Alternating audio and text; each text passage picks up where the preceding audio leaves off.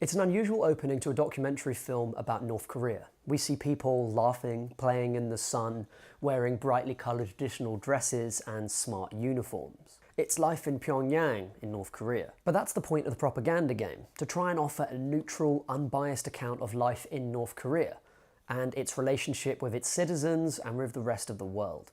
Spanish filmmaker Alvaro Longoria has secured access to film in North Korea and peppers his film with interviews from journalists and high-level dignitaries from the UN and USA, as well as several North Korean people. And not just members of the establishment. Him and his crew are supposedly able to interview anyone they want, although more often than not it appears to be their handlers selecting people on the street. What we get as a result is an oddly balanced picture.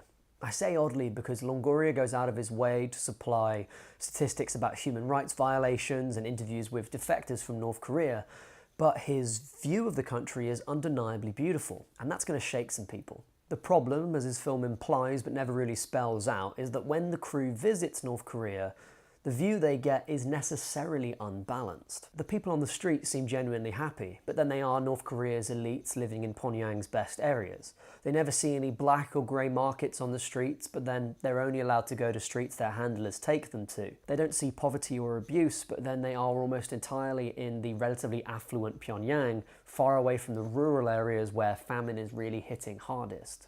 But perhaps that's the point.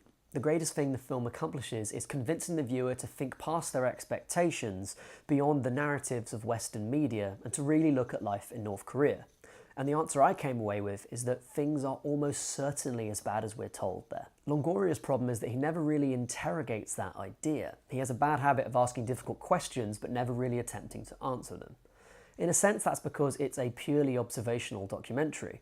But in my opinion, that's sort of verging on irresponsible, because if you're just observing what's around you, if that environment is a constructed reality, like Pyongyang is, then you are necessarily making a biased film towards North Korea. In a sense, that's because the film is purely observational, but in my opinion, that's verging on irresponsible, because when you try to just observe your environment, but that environment is a dominated reality, Pyongyang, then you allow North Korea to dominate the discussion. The film is well made, properly constructed, and actually quite nicely shot considering how difficult the environment they were working in is.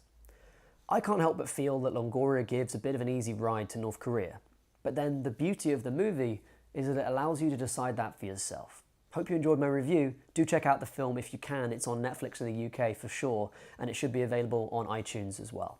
Don't forget to click subscribe to get my next review when it comes out. Have a good one. See you later.